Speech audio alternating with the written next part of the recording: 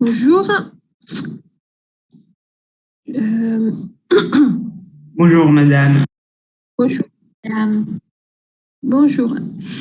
Alors, j'ai envoyé à votre professeur les derniers PowerPoint, celui-là de mardi, celui-là d'aujourd'hui et les derniers de la semaine prochaine. Et je vais envoyer aussi les travaux dirigés. Il y a des exercices sous la partie synthèse des polymères, sous les propriétés des polymères, et il y a aussi les corrigés.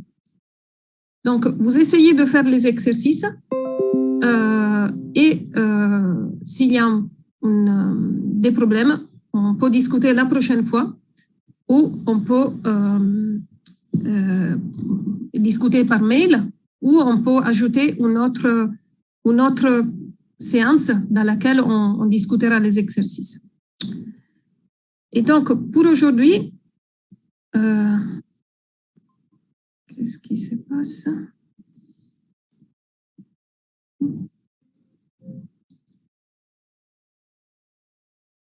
Okay.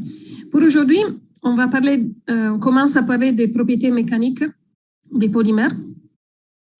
Et c'est seulement une introduction parce que ici au Mans, les deuxièmes semestres, il y a beaucoup de cours qui sont beaucoup plus détaillés et approfondis. Et donc, l'objectif de ces cours, c'est juste une introduction. Et donc, on commence à parler de la morphologie des polymères. Et quand vous avez vos chaînes de polymères, principalement, ils peuvent s'organiser pour donner des polymères amorphes ou cristallins, mais pour les polymères, c'est plutôt semi-cristallin. Dans les polymères amorphes, comme dans les premiers exemples, vous avez des petits domaines dans lesquels les chaînes de polymères ils peuvent avoir des interactions non covalentes, ils peuvent s'aligner, mais la plupart des chaînes, ils n'ont pas d'orientation, donc ils sont mis de façon statistique. Donc ça, un polymère amorphe, c'est un polymère où il n'y a pas un ordre des chaînes. Dans les polymères semi-cristallins, on voit beaucoup plus de régions dans lesquelles vous avez les chaînes qui sont alignées. Donc, par exemple, ici, vous avez une région où les chaînes sont ordonnées. Et les chaînes ils sont ordonnées selon qu'est-ce que vous avez dans l'unité de répétition. Si vous avez des polyuréthanes, par exemple, vous pouvez faire beaucoup de liaisons hydrogènes. Les liaisons hydrogènes sont des liaisons qui ont une direction. Donc, vous avez par exemple les groupements carbone et après, il faut un hydrogène qui est lié par exemple à un azote. Donc, il faut une direction. Et donc, vous pouvez avoir une chaîne de polymères ici et une chaîne de polymères de l'autre côté. Mais dans les unités de répétition dans lesquelles vous avez que des liaisons CH, donc vous n'avez pas d'autres possibilités, ou vous avez des substituants, par exemple, encombrants, eh bien, c'est difficile, si vous avez des substituants encombrants, de bien compacter les chaînes. Et donc, c'est difficile d'avoir des polymères semi-cristallins ou avec des régions cristallines. Et comment on peut avoir les mêmes polymères amorphes ou cristallins en fonction du procédé de mise en forme. C'est-à-dire, vous chauffez votre polymère pour faire votre matériau, vous le faites couler, il va refroidir. S'il va refroidir rapidement, vous aurez plutôt un polymère amorphe.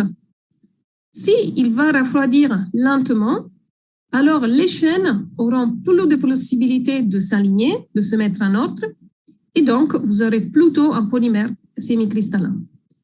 En analogie à la formation des cristaux qu'on a dans la chimie inorganique. Mais en chimie inorganique, vous avez des petits cations, des petits anions, lorsqu'ici, on a des longues chaînes de polymères. Donc, si on prend là où il y a les régions qui ont une structure cristalline, si on va en petite échelle, vous avez votre chaîne de polymères et vous avez des distances entre les atomes qui sont dans des chaînes parallèles de l'ordre de 0,5 nanomètres. Donc, vous avez une distance entre les chaînes qui est de moins de 1 nanomètre. Ensuite, les polymères qui ont interagi, ils vont former des lamelles. Et vous voyez la dimension des lamelles, c'est entre 20 et 60 nanomètres. Donc, vous avez ces polymères qui est replié comme ça. Okay. Et ces lamelles, ils sont partis d'une structure cristalline plus grande qui est déroulée ici. Et quand vous avez plusieurs lamelles, elles peuvent s'ordonner pour former des objets qui s'appellent sphérolites et qui ont une dimension entre 50 et 500 micromètres. Donc, sont assez grands et on peut les voir avec un microscope optique. Et donc, ça, c'est votre polymère solide. Vous faites un zoom, vous pouvez voir la sphérolite qui est faite par des lamelles, qui est faite par des chaînes qui se sont alignées. Donc, pour avoir des régions cristallines, il vous faut un polymère qui soit linéaire, donc pas branché, pas réticulé, pas vraiment un polymère linéaire. Si c'est un polymère qui peut avoir 2 énantiomères dans l'unité répétition, il vous faut la structure la plus stéréorégulière possible. Et si vous avez des monomères avec des groupements polaires ou des groupements qui peuvent donner des liaisons hydrogènes, ça va aider aussi. Donc, on peut obtenir des domaines cristallins aussi si on réchauffe, si on fait un recuit du polymère et on le fait refroidir. Donc, dans les polymères cristallins, il y a l'organisation des chaînes et l'interaction avec la lumière visible n'est pas possible à cause de la longueur d'onde de la lumière visible qui n'est pas capable de passer à travers les polymères. Donc, vous avez des polymères opaques, okay? Ils ne sont pas transparents. À cause de toute cette interaction entre les chaînes, c'est des polymères qui sont durs, donc des plastiques rigides, et ils sont aussi résistants aux solvants, parce que les solvants, pour rentrer à l'intérieur, ils doivent casser beaucoup de liaisons. Donc, un polymère cristallin, vous le reconnaissez, il est rigide, il est dur, il est résistant aux solvants et il n'est pas transparent. Donc ça, à niveau de reconnaissance. Comme on a compris qu'il y avait la formation de sphérolites, donc si vous voyez au microscope un polymère semi-cristallin, vous avez des figures comme celle-là en haut à droite, avec des formes rondes, sphériques, et une croix qui ressemble à la croix de Malte. Et si vous utilisez une lumière polarisée, donc vous avez une image, et cette image, ça correspond à une structure comme on voit dans cette fleur. Donc chaque pétale, c'est la lamelle formée par des chaînes de polymères. Donc une sphérolite, ça ressemble à ces pétales. Et donc, vous avez les chaînes qui se sont embobinées comme ça. Les sphérolites sont petites, donc c'est que des régions, et vous n'avez pas l'analogie avec les cristaux donc inorganiques. Il y a des polymères qui sont connus pour avoir des régions semi-cristallines, comme les polyéthylènes. Et il y a plutôt les polymères qu'on appelle semi-cristallins. Donc, vous avez ces régions ordonnées et près toute la partie amorphe. Alors, parfois, on a trouvé des structures comme celle que vous voyez ici. C'est une structure qui est appelée parfois shish kebab, parce qu'il ressemble au kebab qu'on mange.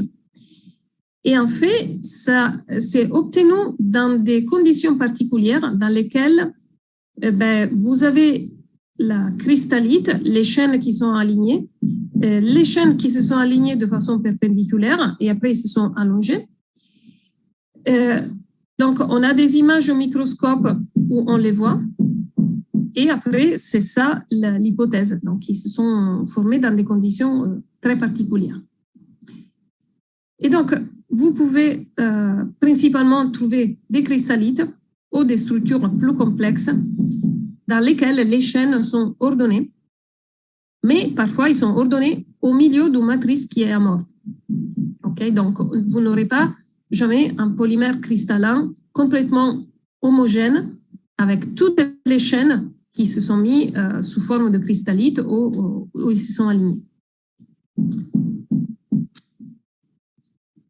Alors, l'autre famille de polymères, c'est les polymères amorphes et on les représente normalement comme s'ils étaient des spaghettis cuits, donc qui sont mis sans aucun ordre, okay? Comme des nouilles, noodles. Et les polymères, il a une structure donc, qui est désordonnée et qui est similaire au verre. Donc, les verres laissent passer la lumière. La lumière visible, elle a une longueur d'onde qui lui permet de passer à travers. Donc, les polymères amorphes, ils sont transparents et tous les polymères sont amorphes au-dessous de leur température de fusion. Et comme ils ne sont pas organisés, la lumière passe à travers. Donc, les polymères amorphes plus connus qu'on connaît, c'est les polyvinylchlorures, les polystyrènes, les polyméthylméthacrylates, et sont des polymères qui ont une certaine élasticité, même s'ils ne sont pas des élastomères. Qu'est-ce que ça passe aux polymères amorphes quand vous chauffez? Eh bien, les spaghettis, ils deviennent des serpents. Donc, les chaînes, ils commencent à bouger comme des serpents les uns sous les autres. Et donc, les chaînes, plus ont d'énergie cinétique, plus ils ont les libertés de mouvement, ils vont glisser les unes sous les autres. Et si vous appliquez une contrainte, ils vont juste accouler. Donc, vous passez du polymère à l'état solide, graduellement au polymère à l'état fondu, et vous avez la rhéologie, qui est la branche de la physique, qui étudie l'écoulement ou la déformation des corps sous l'effet des contraintes qui sont appliquées. Donc, ici, on a un professeur qui est spécialisé dans la rhéologie, M. Benigna, et donc, lui parle beaucoup dans les détails de ces comportements des polymères à l'état fondu. Et donc, vous avez, à selon de la température de votre polymère amorphe, un solide qui est vitreux, après un solide qui vous pouvez déformer de façon élastique, et si vous chauffez trop, vous avez un écoulement.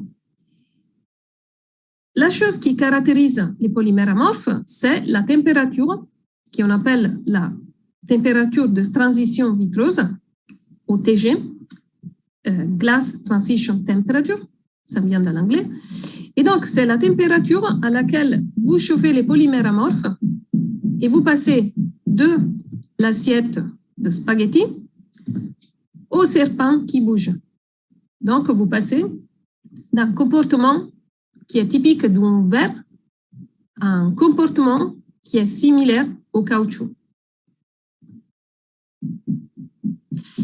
Donc, on verra plus tard, dans une autre diapo, les diagrammes contraintes, déformation et la notion de modulus. Dans les vieux livres de polymères, donc on parlait de polymères semi-cristallins, de polymères amorphes, et après on a arrêté. Aujourd'hui, on a des polymères qui sont sous forme de cristaux liquides. On a beaucoup d'applications, donc il faut aussi parler un petit peu des polymères cristaux liquides.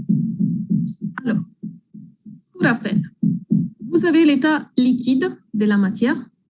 C'est un état qu'on appelle anisotropique parce que les molécules de liquide, ils peuvent bouger les unes par rapport aux autres et ils ne sont pas ordonnés. Après, vous avez l'état solide cristallin. Donc, c'est un état qu'on appelle isotropique. Toutes les molécules sont ordonnées dans le même sens. Et un cristaux liquide, c'est un état dans lequel les molécules ont une structure ordonnée, mais ils sont à l'état liquide. Donc, c'est une phase, c'est un troisième état intermédiaire. Donc, vous avez une matrice de liquide et vous avez dans ces liquides des régions ordonnées qu'on appelle les mésophases. Okay? Et donc, pour donner des propriétés de cristaux liquides, il faut des molécules particulières. Donc, c'est des molécules rigides qui sont de forme allongée ou de disque. Donc, on verra la structure chimique à quoi correspond. Pour les polymères à cristaux liquides, c'est les monomères qui doivent être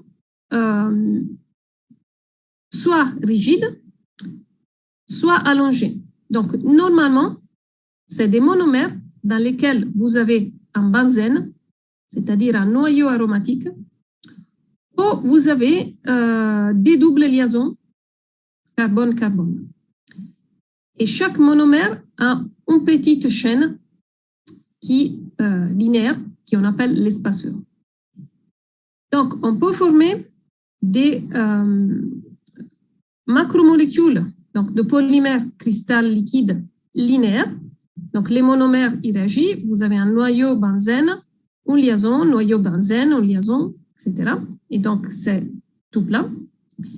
Ou vous avez des cristaux liquides en peigne. Donc, vous avez une chaîne de polymères principale et vous avez des noyaux aromatiques qui sont greffés, donc, comme dans une peigne pour coiffer les cheveux. Donc, vous avez deux structures principales.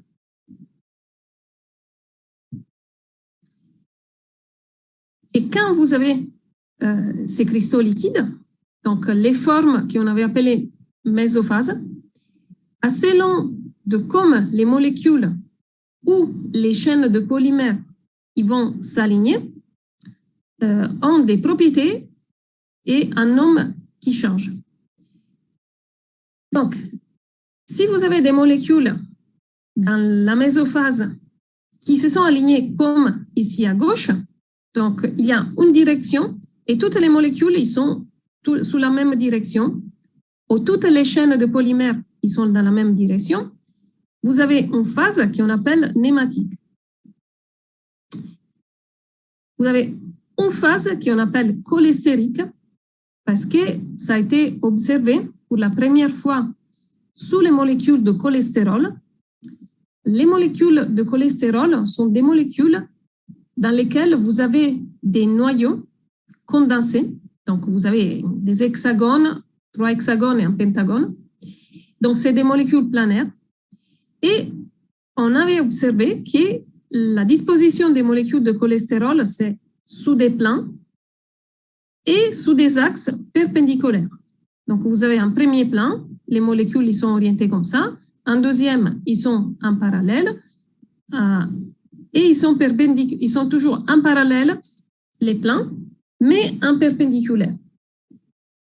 Donc, cette mésophase cholestérique a été observée dans les cholestérols, mais il y a des polymères cristaux liquides qui peuvent s'ordonner selon des plans et selon des directions opposées. Ensuite, vous avez une phase qu'on appelle smectique, dans laquelle toutes les chaînes sont orientées dans la même direction, mais sous des plans. Donc, c'est différent par rapport à la première, où ils étaient tous collés.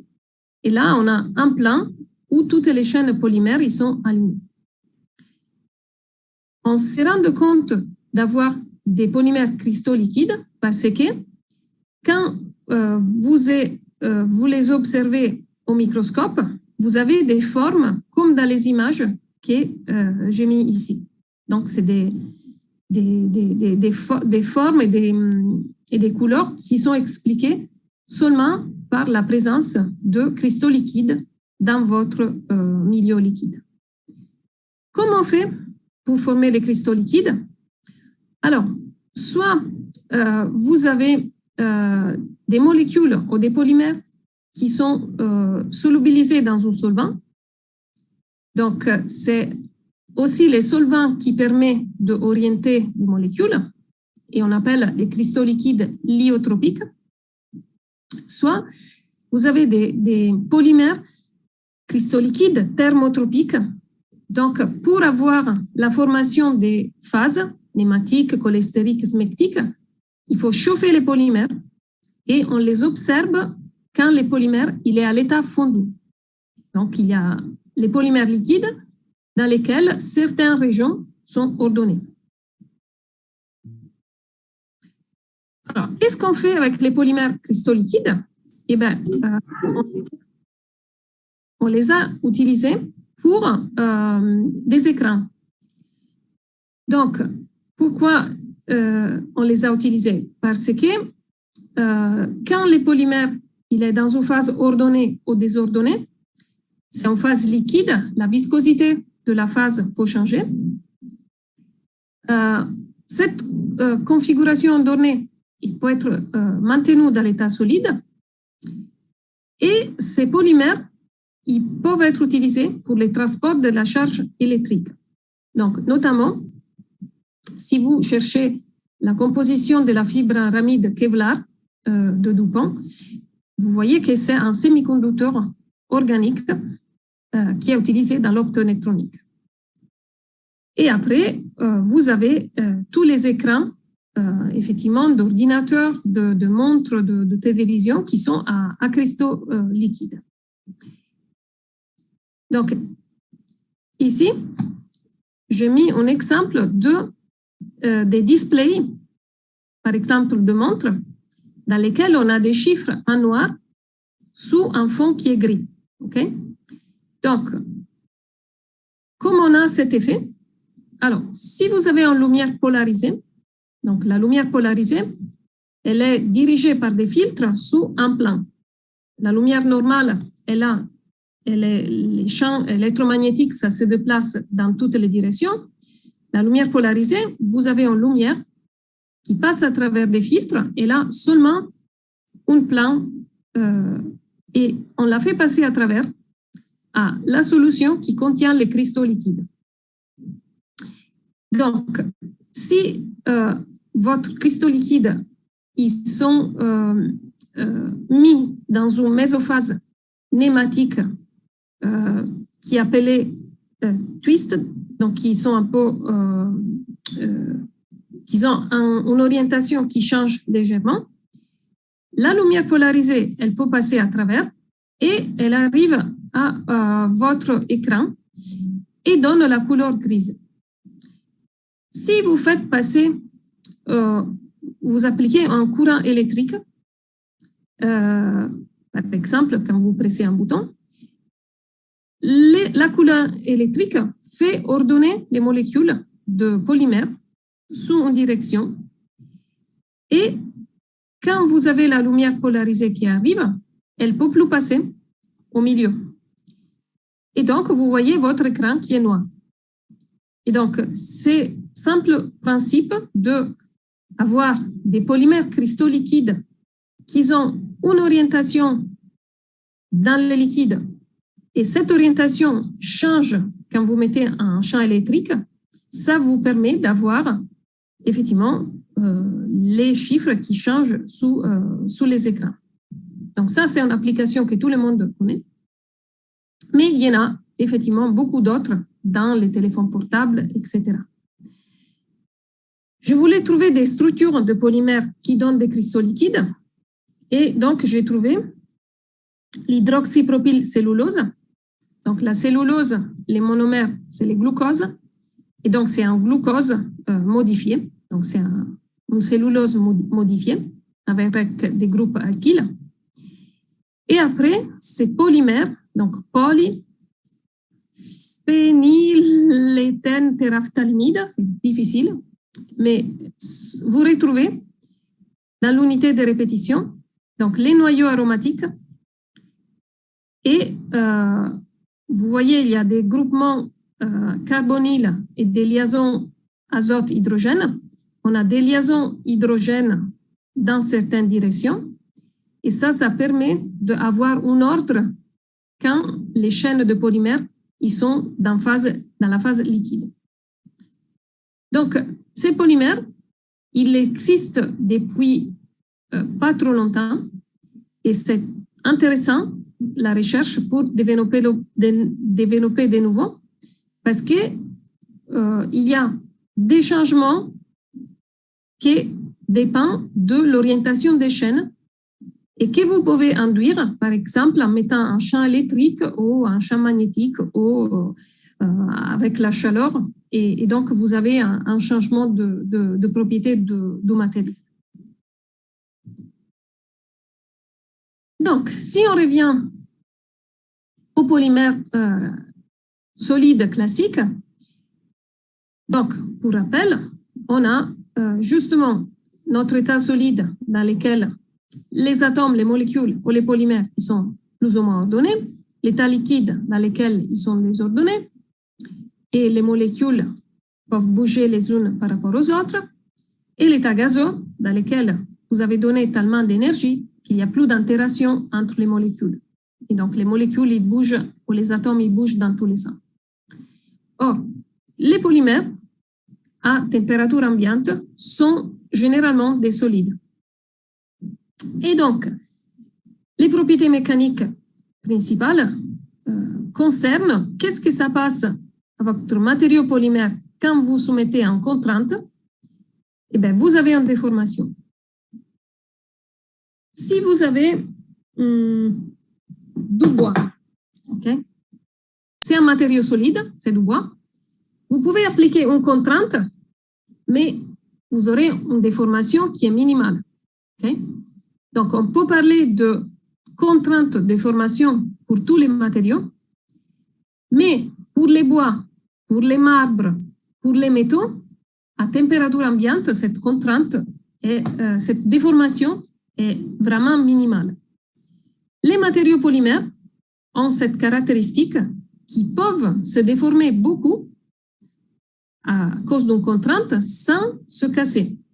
Donc, vous avez ça. Voilà, donc je peux déformer mon polymère sans les casser. Donc, ça, c'est la propriété principale. Là, je peux déformer et la bouteille, elle va récupérer sa forme. Et donc, ces diagrammes contrainte de formation met en relation la force contrainte que je dois appliquer pour avoir une déformation. Or, la déformation, ça peut être linéaire. Voilà. Donc, là, c'est un élastique, déformation linéaire. Okay. On peut avoir, je ne trouve pas, un film polymère. Donc, on peut avoir un film polymère, on a une déformation qui est...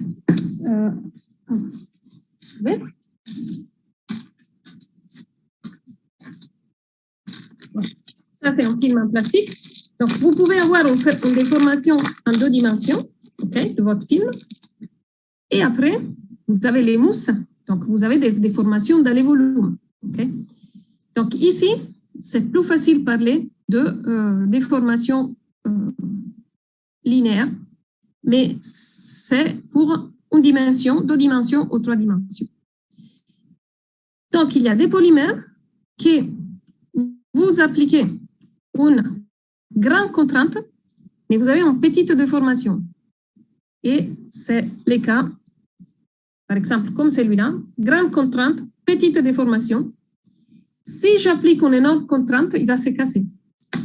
Donc, il va donner ce qu'on appelle une rupture rigide. tac. Okay? Vous avez tout essayé avec des objets, tac. Donc là, c'est la rupture rigide. D'autres polymères, vous appliquez une contrainte qui est beaucoup plus faible et vous avez une déformation. Vous avez une première région jusqu'à la limite d'élasticité où plus vous appliquez la contrainte, plus vous avez une déformation. Après, vous arrivez à une région qui s'appelle l'étirage à froid. Donc là, vous avez commencé à séparer les chaînes les unes par rapport aux autres. Et dans l'étirage à froid, vous mettez beaucoup moins de contraintes, beaucoup moins de force, mais votre polymère, il s'allonge beaucoup parce que vous avez déjà cassé des interactions entre les chaînes et donc il faut moins de force pour les éloigner. Et donc, parfois, vous avez un plastique, vous faites comme ça, elle va se déformer et après, elle se déforme beaucoup rapidement. Donc, ça, c'est l'étirage à froid. Si vous continuez, vous avez beaucoup déformé les matériels, mais il va se casser. Donc, vous arrivez à ce qu'on appelle la rupture ductile. La rupture rigide, elle arrive tout de suite, beaucoup de force pour des déformations petites. La rupture ductile, elle arrive quand vous avez vraiment déformé votre matériel et donc vous cassez des liaisons covalentes à ces points-là et donc vous avez cassé votre matériel. Donc, les définitions. Alors, la déformation est la variation de la longueur sous la longueur initiale. Ou, ça, j'aurais dû l'écrire.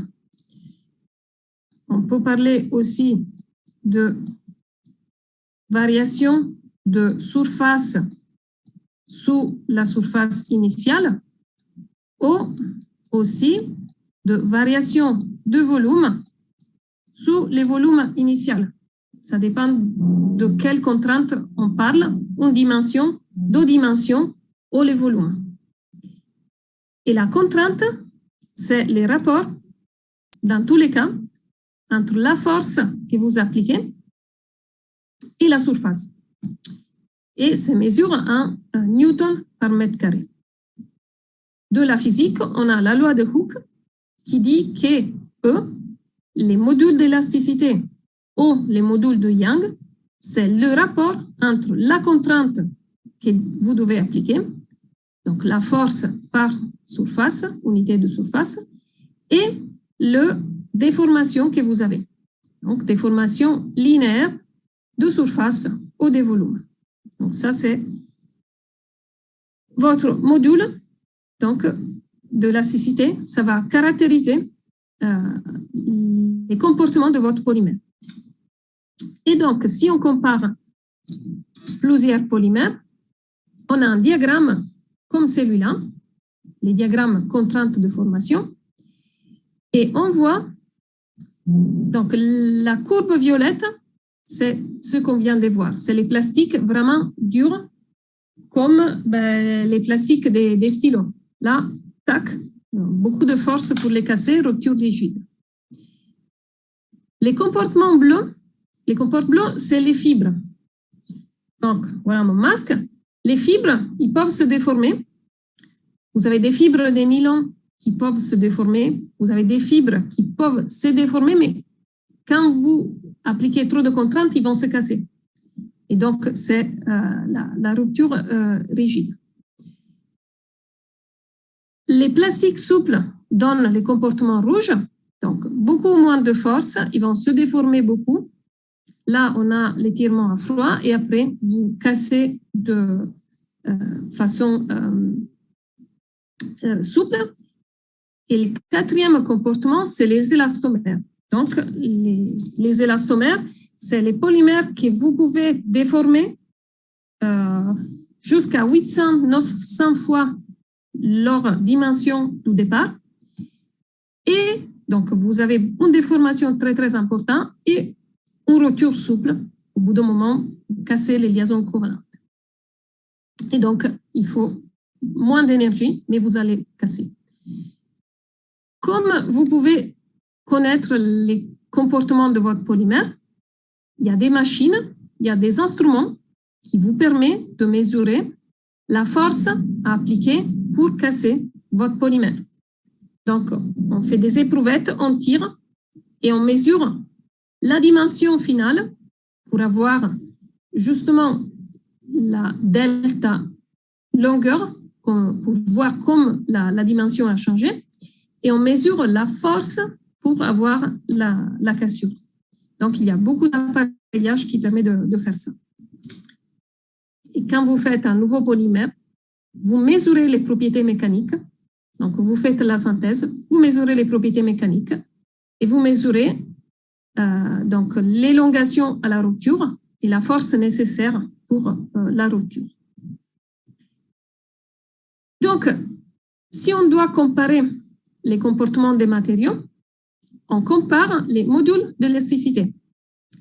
Donc, on peut comparer les métaux, les polymères, les diamants, et si on se met à la même température ambiante, effectivement, les matériaux les plus durs qu'on connaît, c'est les diamants. Après, il y a les oxydes, les céramiques, les métaux et les polymères.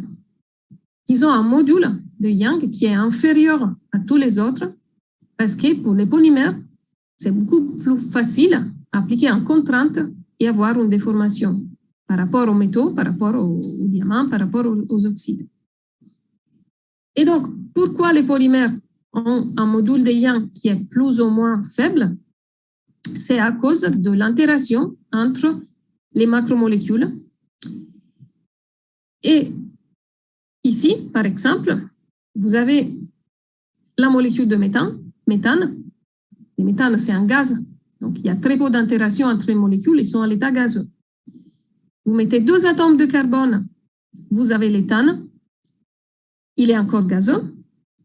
Pour arriver à une chaîne d'atomes de carbone à l'état liquide, il faut arriver à 5 atomes de carbone.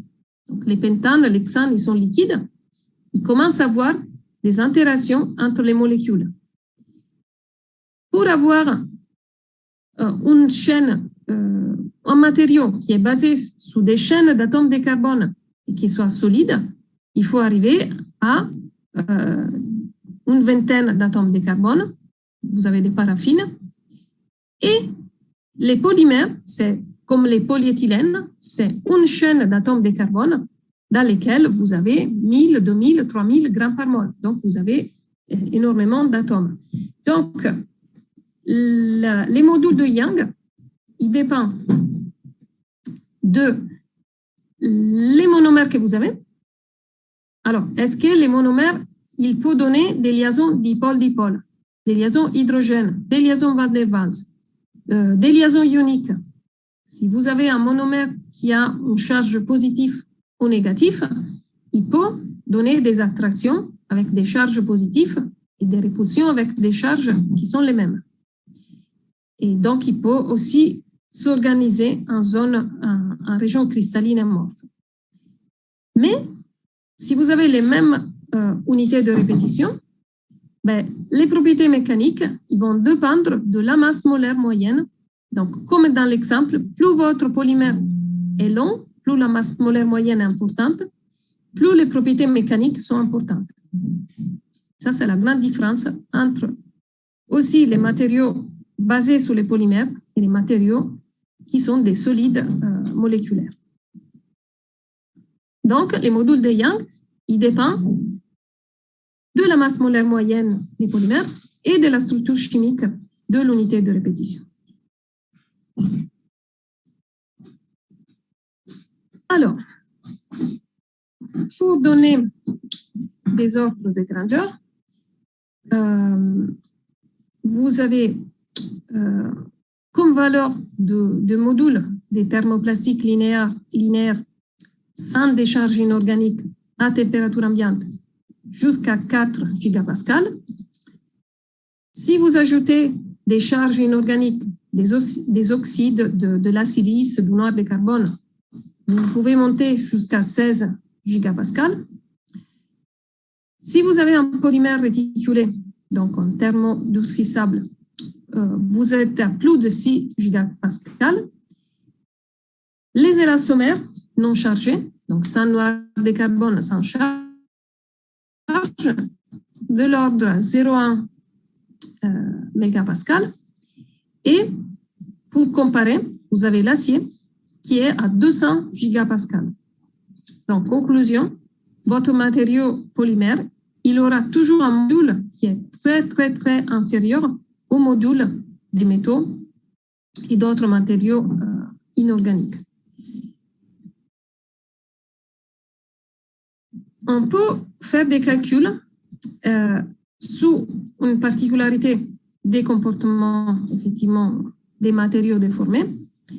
Donc, si vous avez votre matériau polymère en 3 dimensions, vous appliquez une déformation dans une dimension, donc vous tirez comme ça, et bien, vous modifiez la dimension verticale, mais vous modifiez en même temps la section, c'est-à-dire la dimension horizontale. Donc, bref, votre cube, vous avez fait comme ça, il s'est allongé, mais il s'est aussi rétréci. Donc, on peut calculer ces rapports entre la déformation latérale et la déformation longitudinale, latérale, et on appelle les coefficients de Poisson. Donc, ces coefficients de Poisson, bon, il y a un moins, parce que la déformation latérale est toujours négative. Vous passez d'une R qui est grande à une R qui est plus petite. Lorsque la déformation longitudinale, elle est positive, vous passez d'une dimension qui est petite à une dimension qui est plus grande. Et donc, comme ordre de grandeur, les coefficients de Poisson des polymères est entre 0,33 pour des thermoplastiques rigides et 0,5 pour les élastomères. Donc, si vous avez un polymère et vous faites les tests, vous pouvez mesurer les changements des dimensions verticales et horizontales et vous calculez votre coefficient de Poisson. Donc, vous savez où il est classé votre polymère, plutôt rigide ou plutôt élastomère. Et donc, vous pouvez faire les mêmes calculs pour les 2 dimensions. Donc, vous aurez un module qui est le module de traction qui est en relation au module de cisaillement et au module de compression. Donc, quand vous modifiez les volumes, donc vous allez comprimer et vous voulez voir les changements donc, de dimension dans les volumes. Vous avez les 3 formules.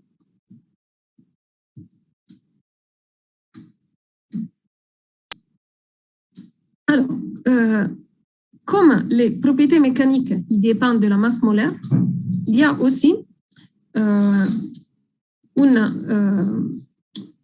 gamme de masses molaires qui sont idéales pour travailler les polymères, pour transformer les polymères dans un objet et garder des propriétés mécaniques intéressantes ou des propriétés intéressantes. Donc, on sait que si la masse molaire augmente, il y a des propriétés comme des propriétés mécaniques qui peuvent augmenter de façon exponentielle. Il y a d'autres propriétés qui peuvent, comme la viscosité, qui augmentent, mais pas avec les mêmes tendances. Il y a des propriétés qui ne changent plus, par exemple, comme l'indice de réfraction. Donc, pour transformer votre matériau polymère dans un objet polymère, donc on définit une gamme de masses molaires dans lesquelles vous avez des propriétés qui ne changent pas et vous avez des propriétés mécaniques que vous pouvez caractériser et qui restent dans une gamme bien précise. Donc ça, c'est pour la mise en forme des polymères. Donc, la température de transition vitrose, on a déjà parlé. Et donc, si vous augmentez la température de votre polymère de l'état solide, vous passez d'une phase dans laquelle il est dur, fragile, rigide, vitreux, à une phase dans laquelle il est mou, il est flexible et il ressemble au caoutchouc. Donc, vous passez ce qu'on appelle la TG. Et on parle donc de TG pour les polymères amorphes et de température de fusion pour les polymères cristallins, semi-cristallins.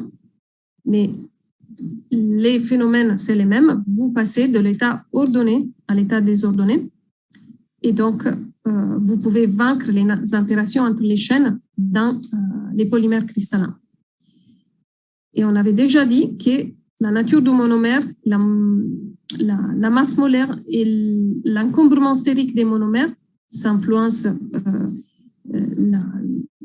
la morphologie, mais s'influencent aussi les propriétés mécaniques et aussi la présence des groupes latéraux.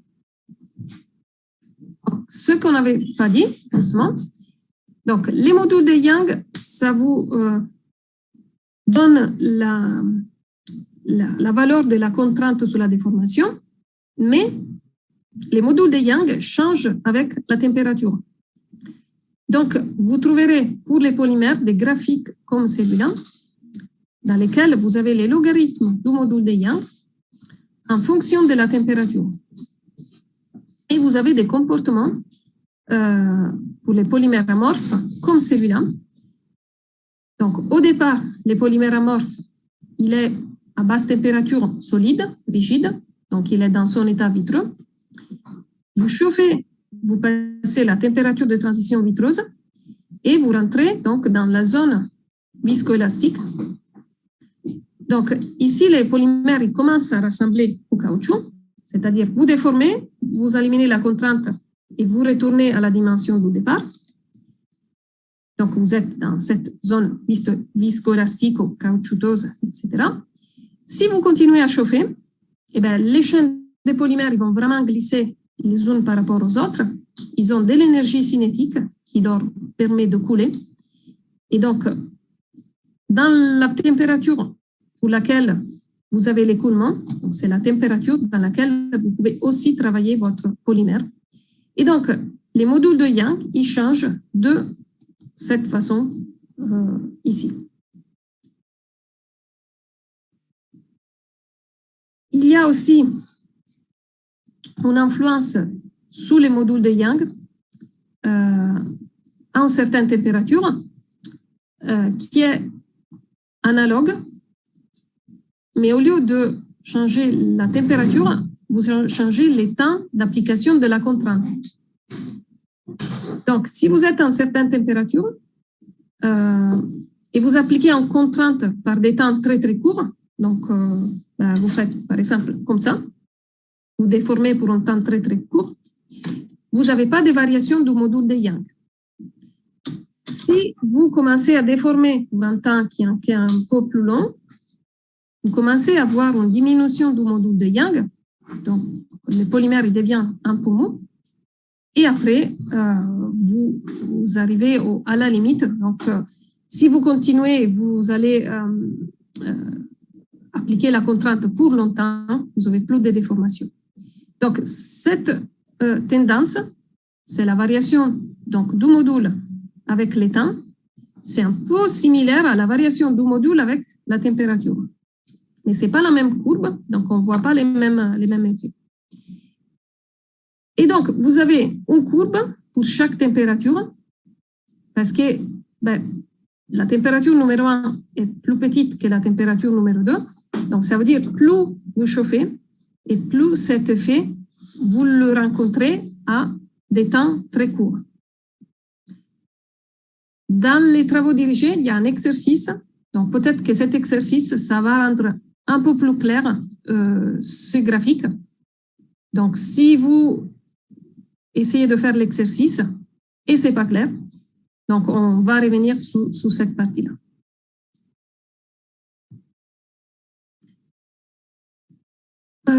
Alors, cette transition vitreuse, température de transition vitreuse, est importante pour mettre en forme, pour travailler les matériaux polymères. Et ici, vous avez quelques exemples de comment elles changent. Et le premier exemple est comment elles changent quand, à votre polymère, vous ajoutez un plastifiant. Alors, les plastifiants, c'est des petites molécules organiques que vous ajoutez au polymère, donc aux chaînes de polymères qui sont déjà synthétisées, pour baisser la température de transition vitrose.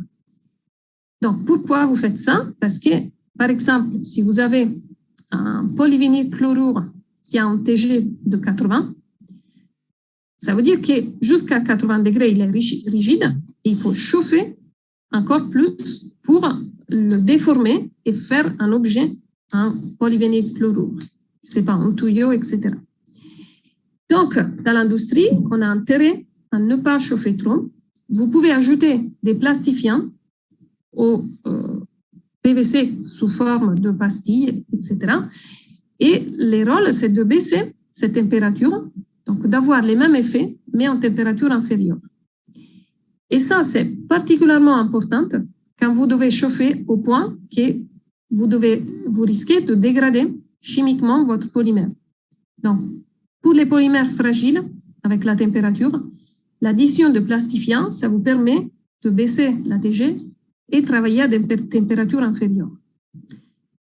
Donc, comme vous choisissez votre plastifiant, il doit être miscible à votre polymère, il doit avoir une température d'ébullition élevée et un coefficient de diffusion faible, c'est-à-dire c'est une molécule qui ne doit pas être trop mobile quand elle est aussi à l'intérieur de votre phase polymère. Donc, normalement, c'est des molécules avec une masse molaire élevée et des structures ramifiées, de sorte qu'elles ne sortent pas de votre matériau polymère. Et elles-mêmes, donc, il doit avoir une... Non, et le résultat, c'est que la TG va baisser. Donc, une famille de plastifiants très utilisés, c'est la famille des phtalates, et donc, qui ont un noyau aromatique et différents substituants. Donc là, il y a des esters, des chaînes branchées. Par exemple, celui-là, c'est le dioctylphtalate, qui a une température d'ébullition de presque 400 degrés, donc c'est assez élevé, et a aussi une masse molaire de presque 400 grammes par mol.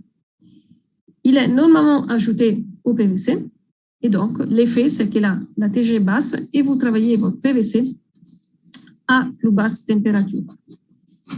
Les petits inconvénients des phtalates, c'est qu'aujourd'hui, on sait qu'ils sont des perturbateurs endocriniens. Donc, c'est des molécules que si on va ingérer, on va assommer, ils peuvent modifier notre fonctionnement, notre métabolisme, et du coup, ils sont toxiques et ils vont commencer à être interdits dans les polymères. Notamment, si vous pensez à tous les phtalates qu'on met dans les récipients pour stocker des boissons, etc., plus on chauffe notre plastique, plus le phthalate il va sortir et plus on va l'assommer. Donc, il y a un gros problème de détection de phtalates. Normalement, ils ne doivent pas sortir du polymère, mais si le polymère il est soumis à un stress mécanique, mais surtout s'il est soumis à une extraction par je ne sais pas, ça peut être aussi un matériau qui est à l'extérieur, donc la pluie, etc. Ou si vous avez un emballage alimentaire qui est chauffé, on sait qu'il y a les phtalates qui peuvent sortir, et donc il y a toute une recherche sous l'effet et toute une recherche sur comment on peut détecter la présence de ces phtalates dans les aliments, par exemple, en contact avec les emballages.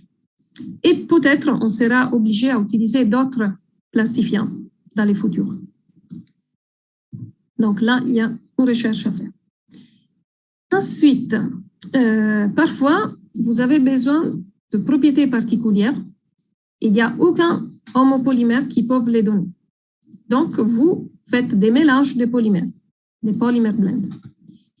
Donc, concrètement, soit vous prenez un polymère solide, notre polymère solide, vous les passez à l'état liquide, vous les mélangez et vous laissez refroidir. Donc, vous avez le polymère résultat qui est le mélange des deux.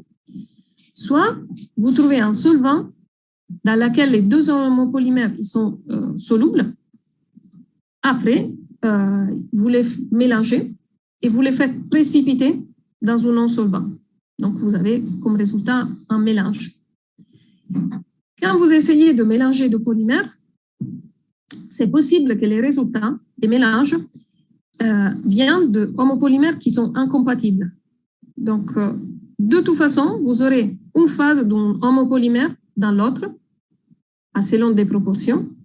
Et si vous allez mesurer, vous aurez deux températures de transition vitrose qui correspondent aux deux températures des deux homopolymères. Et si les polymères sont miscibles, donc vous aurez plutôt une température de transition vitrose intermédiaire et qui dépend de la formulation, de la composition, donc du pourcentage de chaque homopolymère. Et donc ici, dans ces trois graphiques, vous voyez comment on peut essayer de mettre en relation la température de transition vitrose au mélange de deux polymères. Donc, dans certains cas, vous avez les polymères purs qui ont cette température A, les polymères B purs qui ont cette température un peu plus élevée. Et dès que vous les mélangez, plus augmentez les pourcentages du polymère B, et plus votre TG du mélange il va augmenter. Donc, ça, c'est un peu de façon linéaire. Mais parfois, par rapport à...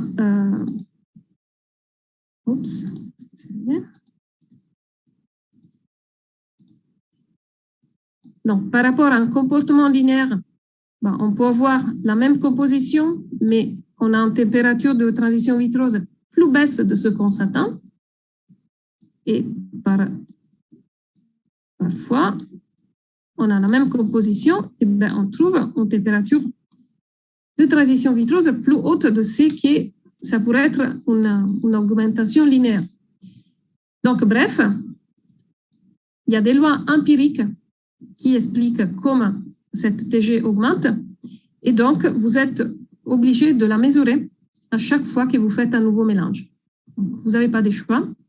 Vous avez des appareillages pour mesurer la TG. Donc, comment on dit en français, je ne me souviens pas, la differential scanning calorimetry. Donc, vous mesurez concrètement à chaque fois que vous avez un nouveau mélange de polymères.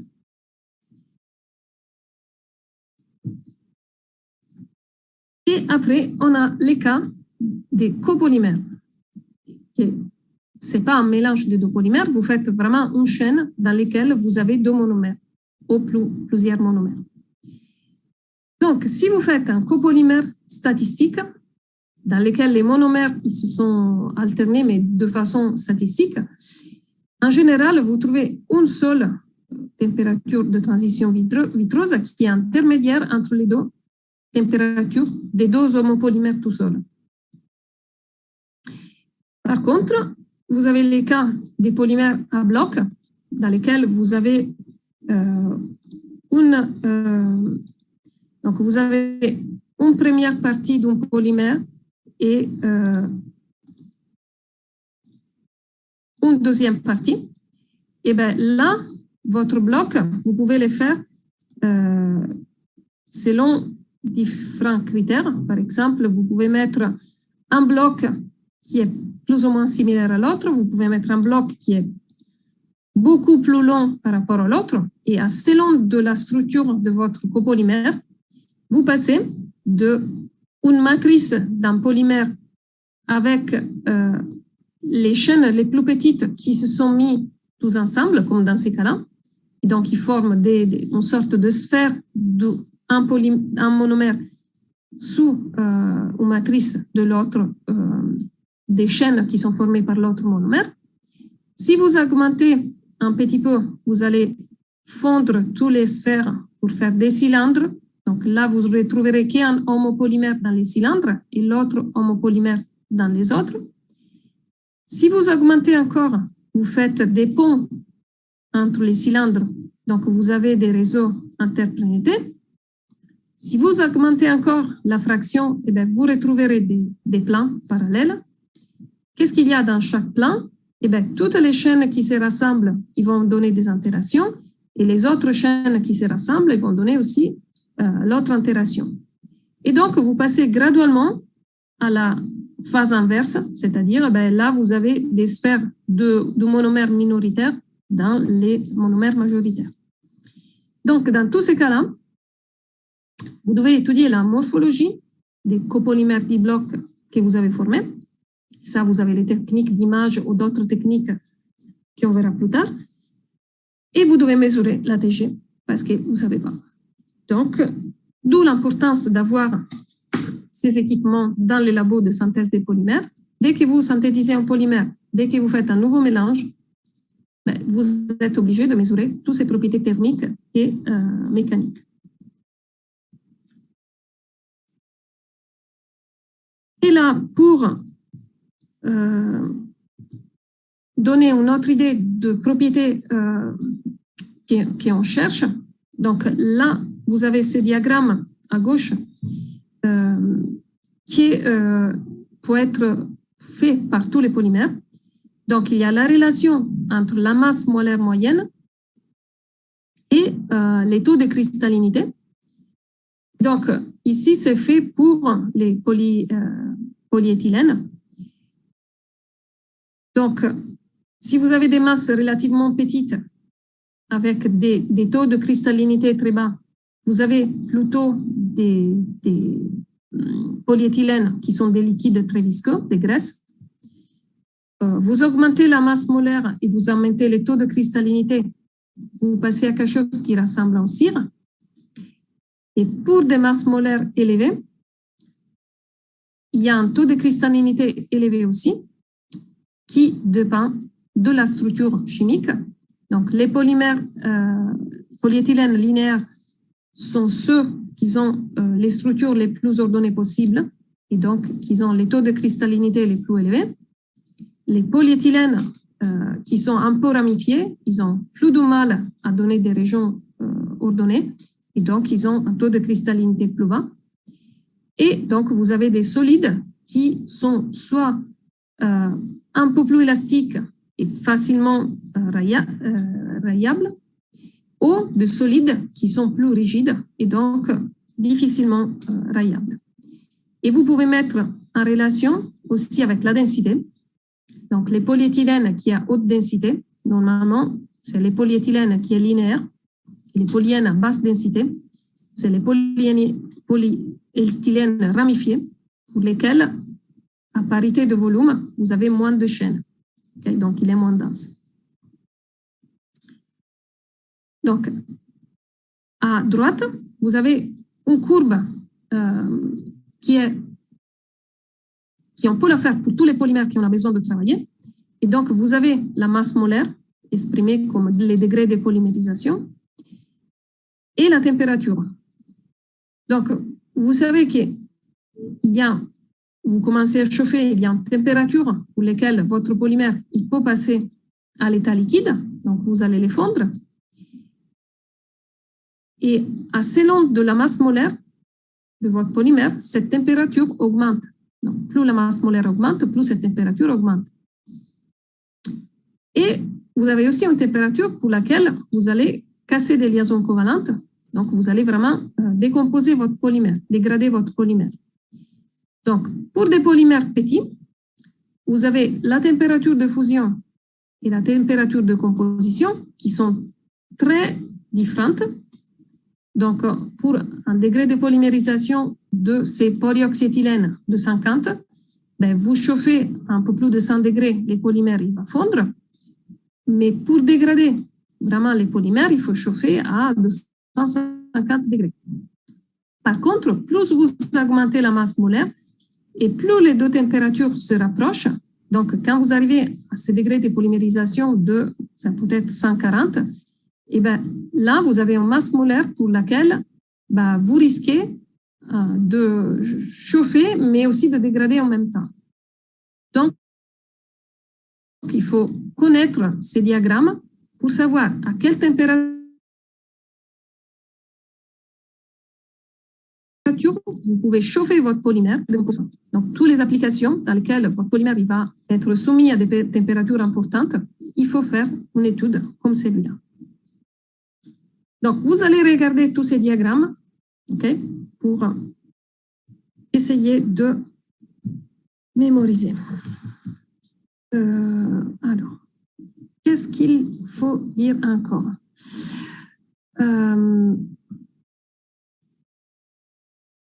Pour les polymères, donc linéaires, on a parlé.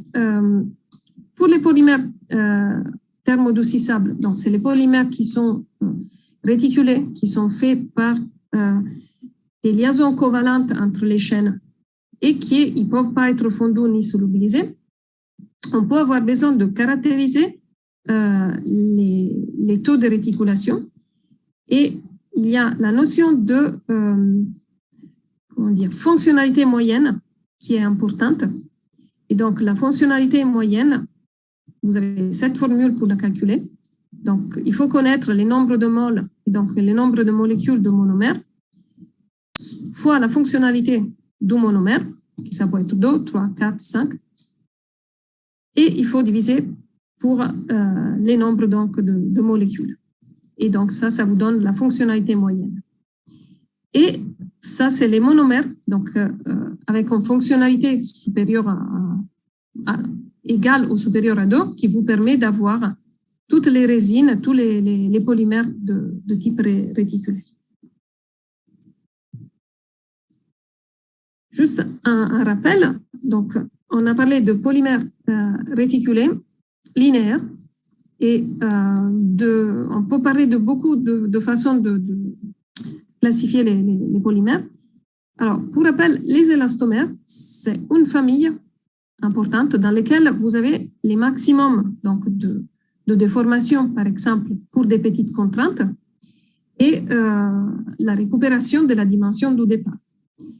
Donc, les élastomères, vous avez les polysoprènes, qui ça peut venir de la synthèse donc, du monomère isoprène, que ça peut être naturel, donc c'est les caoutchoucs naturels, ou que ça peut venir d'autres arbustes ou d'autres fleurs donc, qui sont capables de produire les polysoprènes.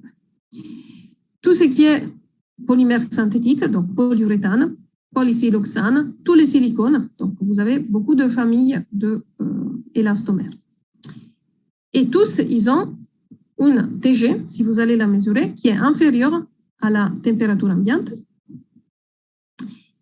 Et vous avez aussi des élastomères ramifiés, des réseaux.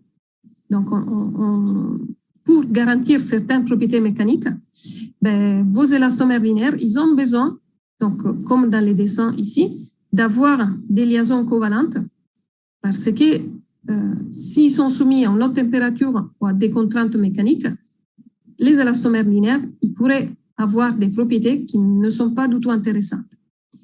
Et donc, on a des élastomères réticulés. Et ici, c'est schématiser les comportements d'un élastomère réticulé. Donc, vous avez des chaînes qui sont comme ça à l'état amorphe et vous avez des points de réticulation. Si vous soumettez en contrainte les polymères élastomères réticulés, les chaînes ils vont s'étirer entre les points de réticulation. Donc, vous avez une déformation de votre matériau élastomère réticulé, mais vous arrivez en limite parce que vous ne pouvez plus étendre plus que cette longueur de chaîne étirée. Et si vous relâchez la contrainte, vous arrivez plus ou moins à la forme du départ et à la dimension du départ. Et donc, ça, c'est les comportements d'un élastomère réticulé. Donc, vous pouvez les casser suite à une contrainte très, très forte, mais vous avez en addition à casser toutes les liaisons donc, entre les chaînes, en plus que la liaison à l'intérieur d'une chaîne. Il y a ensuite des élastomères thermoplastiques, des TPO. Donc, souvent, c'est des copolymères à bloc ou des mélanges de polymères, donc un polymère thermoplastique et un élastomère. Et donc, vous avez les propriétés élastiques des élastomères, mais en même temps qui sont des thermoplastiques. Donc, vous pouvez les fondre et les refroidir et ils vont redevenir rigides. Et ça, c'est un comportement réversible. Donc, ça suffit de chauffer. Donc, ils ont un comportement qui a des caractéristiques des élastomères pour la variation de la dimension en fonction de la contrainte, mais vous pouvez les faire fondre, couler et rigidifier grâce à la température. Donc, ils ont les deux propriétés. Alors, cette PowerPoint est finie. Donc, il faut 1 minute que je les change. Et surtout, il faut arrêter le partage.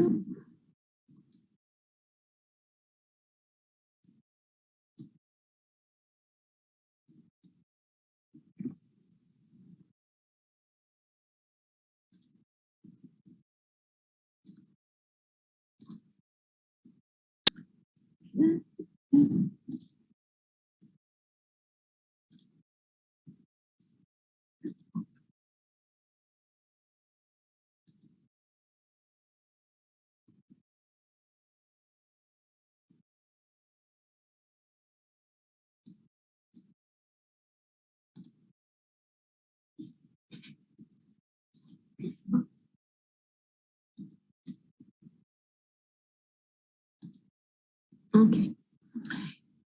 Et donc, dans cette partie, il y a encore des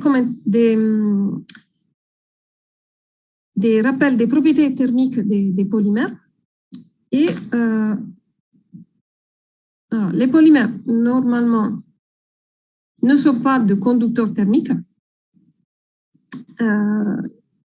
Mais les moments que vous augmentez la température, en plus des changements qu'on vient de dire, on a des phénomènes qu'il faut considérer dans les applications. Donc, quand vous avez un objet et vous chauffez, vous augmentez l'énergie, donc l'énergie des atomes qui sont dans les liaisons ou, dans les cas des polymères, l'énergie des chaînes qui peuvent bouger. Et donc, quand vous soumettez un matériau donc à une augmentation des températures, vous avez l'éloignement des atomes par rapport à leur position d'équilibre. Donc, globalement, vous avez une augmentation donc, du volume de votre matériau. Vous pouvez mesurer l'effet de la dilatation thermique dans une dimension, dans 2 dimensions, dans les volumes. Et vous aurez des équations qui ressemblent à celle-là, dans laquelle vous avez, par exemple, la longueur de votre échantillon dilaté à une certaine température, qui est égale à la longueur du départ, donc de votre échantillon à la température ambiante. Et cette variation de longueur, cette longueur finale, ça dépend d'un coefficient de dilatation, qui peut être le coefficient de dilatation linéaire, ou de surface ou de volume, et ça dépend naturellement de la différence de la température. Donc ça, c'est quelque chose à considérer, parce que pour les polymères, cette dilatation thermique, ça peut être plus importante que pour les marbres, pour les métaux, etc. Il y a une autre caractérisation qu'on peut faire, selon de l'application des polymères, c'est de connaître la température de fléchissement sur charge. C'est-à-dire, vous avez votre polymère, vous essayez de le modifier, donc de le déformer, et donc vous mesurez à quelle température vous pouvez modifier votre polymère sans les casser. Donc, par exemple, vous avez votre polyéthylène, vous appliquez une charge de 1,8 mégapascal, donc vous essayez de le fléchir avec cette même pression, et vous trouvez que la température à partir de laquelle il est déformé, c'est 90 degrés. Vous changez au polyéthylène haute densité et vous voyez qu'à la même pression, la température de fléchissement, c'est 100 degrés. Donc, cette mesure, ça vous permet de connaître la température limite pour laquelle vous pouvez utiliser votre matériau. Donc ça, c'est pour les applications, surtout si vous avez des matériaux où il y a une partie polymère qui peut se déformer beaucoup sous une pression et en fonction de la température. Et vous avez des matériaux inorganiques qui n'ont pas du tout les mêmes valeurs de température de fléchissement sous charge. Donc, qu'est-ce qu'on peut faire si on veut améliorer cette température? Il faut ajouter des charges inorganiques. Donc, ça peut être des oxydes, encore une fois, la silice, les noix de carbone, etc. Donc, toutes ces propriétés mécaniques thermiques, il faut l'étudier pour chaque nouveau matériau polymère que vous faites. Et ensuite, vous pouvez faire des études sous l'endurance thermique. Donc, la dégradation thermique du polymère, ça veut dire que vous cassez des chaînes, soit statistiquement au hasard, ou soit vous avez vraiment un phénomène de dépolymérisation. Et donc, pour voir à quelle température on peut utiliser notre matériau sans qu'il perde la moitié de ses propriétés mécaniques, on peut effectivement mesurer la température dans laquelle ce polymère il est maintenu pendant un certain temps et on peut mesurer la propriété mécanique qui nous intéresse. Et donc, si on met les logarithmes du temps, c'est-à-dire pendant combien de temps vous avez laissé ces polymères à cette température en fonction de l'envers de la température de l'exposition, vous avez cette tendance qui est les profils d'endurance thermique. Donc, encore une fois, qu'est-ce que vous pouvez mesurer? Eh bien, quelle force il faut appliquer pour les casser ou quelle force il faut appliquer pour comprimer. Et donc, vous faites ça entre certaines températures et pendant un certain temps. Donc, encore une fois, ça dépend de l'utilisation de votre polymère. Pour ce qui concerne la conductivité thermique, on a dit, pour transporter de l'énergie, on le fait grâce à des phonons et des électrons. Donc, les métaux qui ont un nuage d'électrons qui bougent, ils sont de bons conducteurs électriques et aussi de la chaleur. Les polymères, pas du tout. Donc, quand vous chauffez un polymère, vous avez des groupements, des élongations à la limite de liaison qui changent. Vous avez une légère translation des molécules par rapport les unes aux autres, mais ça ne suffit pas à transporter l'énergie thermique. Donc, on dit que les polymères, ils sont des mauvais conducteurs thermiques. Et donc, alors là, il y a toute une partie qui parle des comportements des polymères. Il le faut, mais elle est prise de cet article ici, que je dois envoyer à votre enseignante, sinon vous ne pouvez pas les lire. Et donc, je vais noter PDF.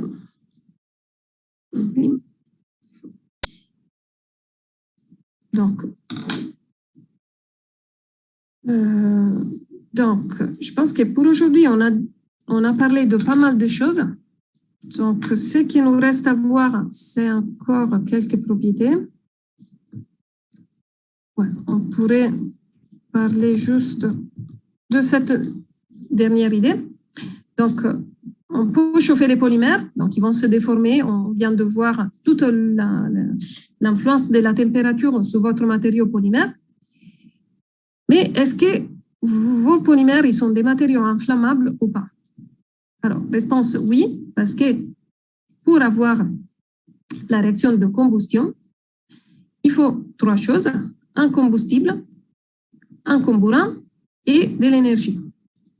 Donc, si vous avez comme combustible votre matériau polymère qui est fait, pour la plupart des cas, de liaison entre atomes de carbone, il y a de l'oxygène, il y a de l'hydrogène.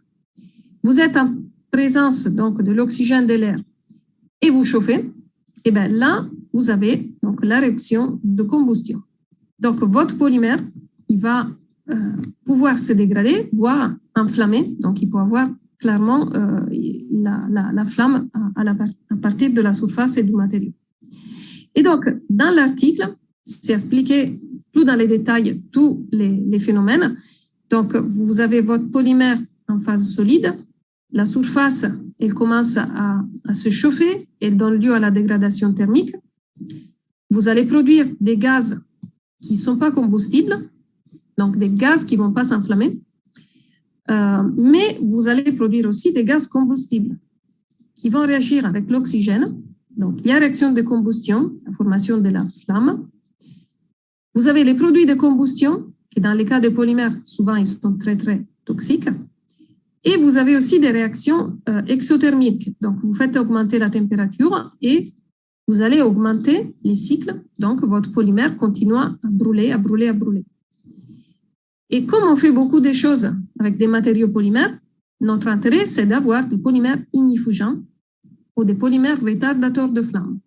Donc, soit des polymères qui ne permettent pas le développement de la flamme, soit, OK, il va y avoir une flamme à la surface, mais on a 2-3 minutes avant qu'il arrive. Donc, on a le temps d'essayer d'arrêter l'incendie et d'appeler les pompiers. Et donc, qu'est-ce qu'on ajoute à la formulation des polymères pour avoir un effet de retardateur de flamme? Donc, on ajoute des minéraux, donc notamment l'oxyde d'aluminium et l'oxyde de magnésium, sont des poudres sous forme de petites particules. Ici, vous avez les diagrammes. Donc, on a une bonne partie de minéraux. Mais on a aussi toute la famille de phosphates, phosphonates ou phosphinates. Donc, on ajoute des composés phosphorés. On peut ajouter les composés azotés. Donc, il y a plusieurs types de composants. Et ce qui est expliqué donc, dans l'article que je vais vous envoyer, vous avez deux types d'actions selon du type de retardateur de flamme que vous ajoutez. Soit vous avez une action dans la phase gazeuse, donc c'est-à-dire ici, à ce niveau-là. Donc, vous avez des composés qui vont piéger des radicaux et donc qui permet d'avoir un effet sous la phase qui est en dessous du polymère, donc un niveau de gaz toxique. Soit vous avez un effet à un niveau de la phase condensée. Donc, en fait, grâce à ces retardateurs de flamme, vous formez une couche barrière ici, à la surface du polymère, et vous faites en sorte que cette surface, pour des réactions endothermiques, soit refroidie. Et donc, ça va diminuer l'apport de chaleur qui va alimenter la combustion.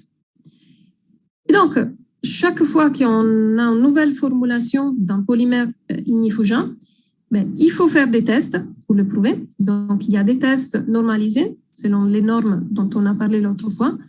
Et donc, vous pouvez mesurer, il y a des appareillages qui vous permettent de mesurer effectivement si vous approchez une flamme, est-ce qu'il y a une flamme qui va se développer, après combien de temps, ou est-ce qu'on a un phénomène de carbonisation de la surface. Donc, il y a des tests donc, de résistance au feu. Et il y a aussi les normes qui changent. Donc, notamment, il y avait des composés qui étaient très utilisés, des composés halogénés qui étaient très utilisés comme retardateurs de flamme, mais qui maintenant, ils sont interdits.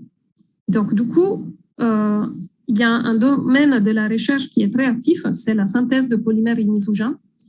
Et parce qu'on a besoin, dans toutes les utilisations, penser juste aux mousses pour faire des matelas ou pour faire des coussins, les mousses pour faire les chaises dans les maisons, dans les avions, dans les bus, dans les trains.